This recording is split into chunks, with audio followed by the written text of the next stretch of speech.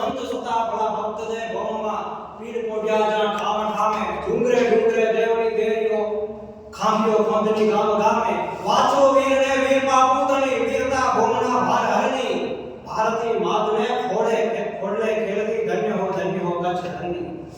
આપણો કચ્છ દેશ ને સુરવીરો સંતો અને દાદારોનો પ્રદેશ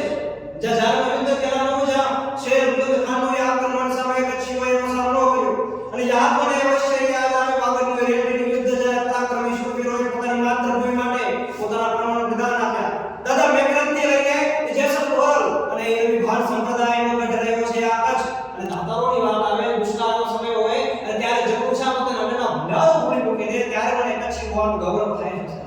અને વાત બસ અહીંયા સુધી નથી કે જ્યારે અલાઉદ્દીન ખિલજી આક્રમણ કરે ત્યારે માત્ર ક્ષત્રિય યોદ્ધાઓ જ નહીં પણ ત્યાં લહેરા સામાન્ય કચ્છી પ્રજાજનો પણ જોડાય છે આસો મેઘવાલ મને યાદ આવે જુબૈર કુંભાર મને યાદ આવે મને ભગા ભાઈ યાદ આવે સાહેબ અને કચ્છી એટલે શું કચ્છીઓનું સાહસ આત્મબલિદાન અગાતા અન્ય પ્રદેશો કરતા અલગ ભાગ પૂરી પાડે છે અને વાવાઝોડું હોય કે ભૂકંપ હોય કે પછી કોઈ પણ પ્રકારની પરિસ્થિતિ સામે ટકી રહેવાની એનામાં ક્ષમતા છે ઈસવીસન 1819 થી 2001 સુધીના ભૂકંપો 72 નાના મોટા ભૂકંપોએ ઘણું મોટું નુકસાન કર્યું ખંડેર બની ગયેલા કચ્છને એ કચ્છીઓએ ફરીથી જીવંત કરીને બતાવ્યું એમની કુમારીથી જ તેમના સાહસથી જ એ અંધકારમય આફ્રિકા ફરીથી વેપાર અને વાણિજ્ય માટે ખુલ્લું મુકાય છે સાહેબ અને વાત સાહિત્યની રહી તો હાજી મોહમ્મદ અલાના શિવજીની કેવી રીતે ભૂલી શકાય એ ધુરાય ગારાની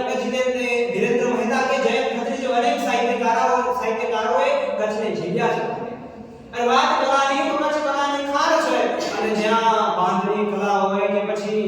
એ ભરતકામ હોય એ બધી જ કલાઓ કચ્છમાં ઉપસી છે અને જેમ વિખ્યાત બની છે હું રામસિંહ માલમને ન ભૂલી શકું 18 વર્ષ તે ઓલેનો અનુભવ કરીને આવે અને કચ્છને ઉપયોગી બને છે અને એમને રાજ્યશ્રી આપે છે કચ્છના મહારાજશ્રી શ્રી લખપતજી અને આ કચ્છની વિશેષતાઓ છે સાહેબ વિવિધતામાં એકતા છે દુનિયાને એકતાનો કોમી એકતાનો સંદેશો કચ્છ આપી રહ્યો છે સહજાનંદ સ્વામી જ્યારે કચ્છ આવે ત્યારે મને યાદ આવે કે જમાદાર ફતેહ મહમદનું સ્વાગત કરવા જાય છે અને જ્યારે ભારત પાકિસ્તાનના ભાગલા થયા ને ત્યારે પણ માત્ર કચ્છમાં જ સાંપ્રદાયિક ભૂલ નહોતા થયા એટલે ધાર્મિક સમભાવનો દુનિયાને સંદેશો કચ્છ આપી રહ્યો છે અને મને જરૂરથી એ યાદ પણ આવે છે કચ્છની વિવિધતા કે વાગડ છે વાગડ બની ગંજી મચ્છમ અને એ મચ્છુ કાઠું ફડી અલગ અલગ સંસ્કૃતિ રીત રિવાજો અલગ સંસ્કૃતિઓ અલગ છે તેમ છતાંય બોલી અલગ પણ બધા એક તાકને જોડાયેલા છે અનેક ભાષાના લોકો હશે અનેક પ્રદેશથી આવતા લોકો હશે પણ બધા જ એક તાકને કચ્છી રૂપે જોડાયેલા છે અને વિકાસની વાત તો જ્યારે કચ્છ કવરનું રાજ્ય બને છે ભારતની આઝાદી પછી ગુજરાત રાજ્ય બને અને જ્યારે ભૂકંપ આવે અને પછી કચ્છમાં ધીરે ધીરે આરોગ્ય આવે શિક્ષણ આવે વીજળી આવે પોલીસ ખાતું ન્યાયતંત્ર આમ કચ્છનો એક ધારો વિકાસ થયો છે કચ્છના દાતાઓ કચ્છના વીરો કચ્છના શૂરવીરો સંતોની જગ્યા છે જ્યાંના ડુંગરો પણ વિશિષ્ટ છે અને કચ્છની વિશિષ્ટતા એ પણ છે કે કચ્છ ત્રિભાષી પ્રદેશ એટલે જ શાયદ વિનેશભાઈ હેતાની સાથે સરસ કહ્યું છે કે કચ્છની માતૃભાષા કચ્છી છે ગુજરાતી ભાષા સખી બાઈની જેમ છે અને પાડોશન સિંધી ભાષા તો જાણે સખી આવો કચ્છ સાહેબ અને જ્યારે ઓખલપદમની અને ઓઢાજાનો પ્રસંગ યાદ આવે છે ત્યારે ઓઢાજાનો પદમ કચ્છ યાદ આવે અને ઓખલપદમની એવું કહે કે તમારા કચ્છમાં છે શું પાવર સિવાય ત્યારે શું ઓઢો જાણ કે ખેરી બેરીને બાવરી કુલ ગંડાને કખ ઓથલ હલો કચ્છડે કીધું માડું સવાલ કે હા ગોરડી છે અને હા કાંટા છે ફૂલે છે પણ હે પ્રિય ઓથલ